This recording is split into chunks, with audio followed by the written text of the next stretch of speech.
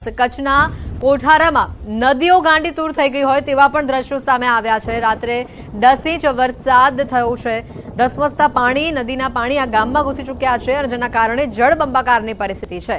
નીચાણવાળા વિસ્તારોને એલર્ટ આપી દેવામાં આવ્યું છે। સમગ્ર અબડાસામાં અનરાધાર વરસાદ ચાલુ છે। આજે કચ્છમાં અતિ ભારે વરસાદની આગાહી આપવામાં આવી છે।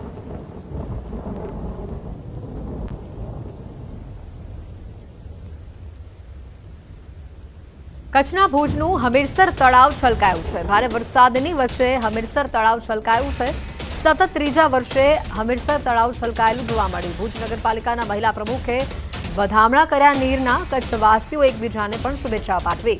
હમીરસર છલકાતા એક દિવસની સરકારી રજા પણ જાહેર કરવામાં આવી છે। ભુજવાસીઓમાં એક બાજુ હમીરસર ઓગનવાની ખુશી છે અને બીજી બાજુ સંજોગ નગર વિસ્તારમાં હમીરસરના પાણી ફરી વળ્યા છે અને જેના કારણે પરિસ્થિતિ ખૂબ જ ખરાબ થઈ છે। સંજોગનગર વિસ્તારના મુખ્ય રસ્તા ઉપર પાણી ફરી વળતા તેને આખો વિસ્તાર બંધ થઈ ગયો હોય, રસ્તાઓ બંધ થઈ ગયા હોય તેવી પરિસ્થિતિ છે।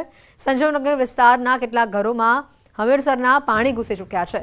સ્થાનિકો સ્થળાંતર કરવા મજબૂર બન્યા છે। લોકોના ઘરોમાં ઘૂંટણ સુધીના પાણી ભરાઈ ચૂક્યા છે, જેના કારણે પારાવાર નુકસાની લોકો વેઠી રહ્યા છે। આ દ્રશ્યમાં જોઈ શકાય છે કે નાના બાળકને લઈને જે વ્યક્તિ જઈ રહ્યો છે આ પાણીમાંથી, ફસાયેલા પાણીમાંથી। ભુજવાસીઓમાં એક તરફ હમીરસર ઓગન્યું તેની ખુશી છે તો બીજી તરફ કંઈક વિપરીત જ અસર જોવા મળી રહી છે। ભુજના હમીરસર તળાવનું જે ઓગનનું પાણી છે તે અહીં કને સંજોગનગર વિસ્તારમાં ફરી વળ્યું છે। જે રીતે આપ દ્રશ્યોમાં જોઈ રહ્યા છો કે આ ભુજનો સંજોગનગર વિસ્તાર છે, જ્યાં પાસે જે હમીરસરના ઓગનનું પાણી છે તે ફરી વળ્યું છે। લોકોના ઘરમાં ઘૂંટણસમાં છે તે પાણી છે તે ભરાયા છે। ચોક્કસથી બીજી તરફ વાત કરી તો કેટલાક લોકો છે તે સ્થળાંતર કરીને અહીંથી જઈ રહ્યા છે તેવા દ્રશ્યો પણ સામે આવ્યા છે। અહીં કને સ્થાનિકો છે આપણી સાથે, તેઓ સાથે જ વાત કરીશું કે તેઓ શું કહી રહ્યા છે। આપ અહીંના રહીશ છો, હાલ અહીંયા કને શું પરિસ્થિતિ છે, શું કહેશો? સાહેબ, અમે અહીંયા 22 વર્ષથી રહીએ છીએ। આ ત્રીજી વાર આવી રીતે જોવા મળ્યું છે। 2011માં પણ આ જ રીતનું ધનુરાજાના ડેમના દરવાજા ખોલવાથી કેરસમાં પાણી આવી ગયા હતા અને 2016માં પણ આ જ રીતની અમને તકલીફ પડી હતી। આ ત્રીજી વાર એ જ રીતનું થઈ રહ્યું છે કે અમારા ઘરમાં ઘૂંટણસમાં પાણી આવી ગયા છે। ફર્નિચર, બીજી બધી ઘરવખરી બધાને નુકસાન થઈ રહ્યું છે અને અમારી ગાડી પણ ઓલમોસ્ટ ડૂબી ગઈ છે। અમારી ઘરની મોટર બધી પાણીમાં ડૂબી ગઈ છે, જેનું ભારે નુકસાન આવેલું છે અમને। ક્યારથી આ પાણી ભરાવાની શરૂઆત થઈ હતી અને કેટલાક ઘરો છે કે જેમાં પાણી ભરાયેલા હાલ જોવા મળી રહ્યા છે? અત્યારે તો અમારા એરિયા પૂરતી વાત કરીએ તો અત્યારે 20 ઘર એવા છે જે અત્યારે પાણીમાં એમ સમજો ને કે ઘૂંટણસમાં ડૂબ્યા છે અને રાતના લગભગ એમ સમજો ને કે રાતના 1:45 વાગ્યાથી આ વસ્તુ સ્ટાર્ટ થયેલી છે। અમે ત્યારથી જ જાગી રહ્યા છીએ, સૂતા જ નથી।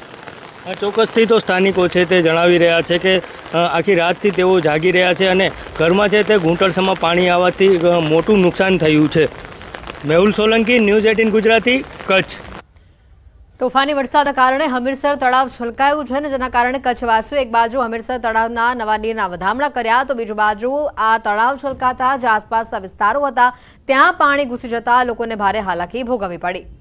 આ બંને તસવીરો આપને બતાવી રહ્યા છે। પહેલી તસવીર આપ જોઈ રહ્યા છો, હમીરસર તળાવ છલકાયું છે। નવા નીરના વધામણા કરવા માટે કચ્છવાસીઓ પહોંચ્યા હતા। કચ્છના કોઠારાની આ તસવીરો આપને બતાવી રહ્યા છે। નદીનો પ્રકોપ તમે જુઓ, ડેમ ઓવરફ્લો થયો છે। નદીમાં નવા નીરની આવક થતાં પાણીનો પ્રવાહ પણ ખૂબ જ તીવ્ર જોવા મળી રહ્યો છે અને બીજી બાજુ પાણી જે વિસ્તારોમાં ઘૂસી ચૂક્યા છે જેના કારણે લોકો પારાવાર મુશ્કેલી ભોગવી રહ્યા છે। રસ્તો ક્યાંય નથી દેખાતો, નદીમાંથી લોકો વાહન લઈને પસાર થતા હોય તે પ્રકારના દ્રશ્યો છે। એટલે કચ્છથી આજે તસવીરો સામે આવી રહી છે। એક બાજુ નદીનો પ્રકોપ અને બીજી બાજુ ડેમ ઓવરફ્લો થતાં લોકોને ભારે હાલાકી વેઠવી પડી છે।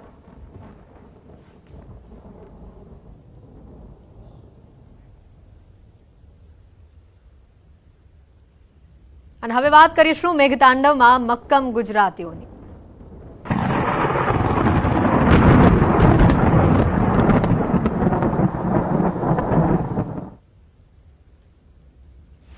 ગુજરાત પર છેલ્લા ઘણા દિવસોથી મેઘરાજાનું તાંડવ છે। રાજ્યનો લગભગ કોઈ ખૂણો એવો બાકી નથી કે જ્યાં જળ પ્રલય ન થયું હોય, પરંતુ આ કપરી સ્થિતિમાં પણ ગુજરાતીઓ મક્કમ છે।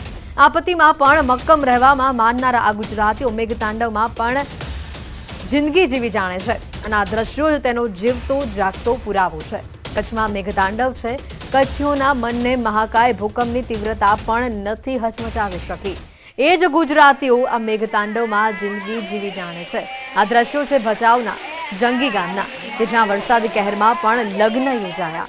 વરરાજા જાન લઈને તો નીકળ્યા, પણ મેઘરાજાએ પોતાનો પરચો બતાવ્યો, પણ જાનૈયાઓ તો તેમાંથી પણ આગળ નીકળ્યા અને વરરાજાને વરસાદથી બચાવવા માટે જાનૈયાઓએ તેડી લીધા. એટલું જ નહીં, વરરાજા પર તાડપત્રી પણ લગાવી દીધી અને આ જ સ્થિતિમાં વરરાજાને માંડવા સુધી લઈ જવામાં આવ્યા.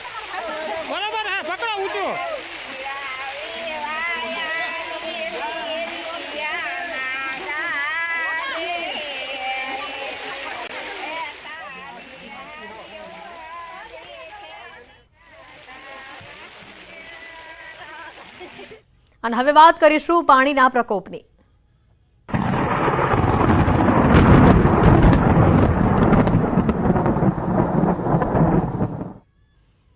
સૌથી પહેલી તસવીર આ પ્રકોપની યાત્રાધામ પાવાગઢથી કે જ્યાં ડુંગર ઉપર આભ ફાટ્યું છે. પગથિયા પર ધસમસતા પ્રવાહમાં પ્રવાસીઓ ફસાઈ ચૂક્યા છે. લોકો પગથિયાની રેલિંગ પકડીને કલાકો સુધી ઉભા રહ્યા. દરિયાના મોજાની જેમ વહેતા પ્રવાહના આ દ્રશ્યો સામે આવ્યા છે. પાવાગઢથી આ એક્સક્લુઝિવ તસવીરો આપણે બતાવી રહ્યા છે. પગથિયા પરથી જે ધસમસતો પાણીનો પ્રવાહ વહી રહ્યો છે તે ઝરણા જેવો લાગી રહ્યો છે. વધુ માહિતી મેળવીશું. સંવાદદાતા રાજેશ અમારી સાથે સીધા અહીંયા જોડાઈ ચૂક્યા છે. રાજેશ, જે રીતે પાવાગઢમાં આભ ફાટી હોય તેવી સ્થિતિ છે, હાલ વરસાદ કેવો છે અને જે પ્રવાસીઓ ફસાયા હતા તેઓની હાલત કેવી છે? તેઓને બચાવી લેવામાં આવે છે, તેઓને રેસ્ક્યુ કરવામાં આવ્યું છે કે કેમ? ચોક્કસ વાત કરવામાં આવે તો પાવાગઢ ખાતે ચોમાસા દરમિયાન ડુંગર ઉપર ભારેથી અતિભારે વરસાદ વરસતો હોય છે અને જ્યારે વરસાદ વરસતો હોય છે ત્યારે ડુંગરના જે પગથિયા છે, પગથિયા પરથી ધસમસતા પાણીનો પ્રવાહ વહેતો હોય છે. આ જે દ્રશ્યો છે, મંગળવારે ધોધમાર વરસાદ વરસ્યો હતો અને દરમિયાનના જે દ્રશ્યો છે સામે આવ્યા છે. કેટલાક ભક્તોએ એક તબક્કે રેલિંગ પકડીને ઊભા રહી જવાની ફરજ પડી હતી. જો કે માતાજી સાથેની અડગ જે શ્રદ્ધા અને અતૂટ શ્રદ્ધા છે તે આ ભક્તોને કોઈ પણ પાણીનું વહેણ અટકાવી શકતું નથી. ભક્તો શાંતિપૂર્ણ રીતે માતાજીના દર્શન કરે છે, ધન્યતા અનુભવી રહે છે અને ક્યારે આજ સુધીમાં પાવાગઢ ખાતે કોઈ પણ ભક્ત ફસાયો નથી અને રેસ્ક્યુ કરવાની ફરજ પડી નથી. આજ માતાજીની જે એક શ્રદ્ધા છે એ અતૂટ શ્રદ્ધા આજે પણ ભક્તોને જાળવી રાખે છે. આજે જો કે પાવાગઢમાં વરસાદી માહોલમાં વિરામ લીધો છે વરસાદે, જેથી ભક્તો શાંતિપૂર્ણ દર્શન કરી રહ્યા છે. વડોદરાવાસીઓ કે જેમણે કાલે ચિંતા વચ્ચે આખો દિવસ પસાર કર્યો, આ વડોદરાવાસીઓ માટે હવે રાહતના સમાચાર આવી રહ્યા છે. વિશ્વામિત્રી નદીની સપાટીમાં હવે ઘટાડો જોવા મળી રહ્યો છે. વિશ્વામિત્રી નદીની સપાટી ઘટીને 32.50 ફૂટ પર પહોંચી છે. ગઈકાલે આ નદીની સપાટી 35.25 ફૂટની હતી.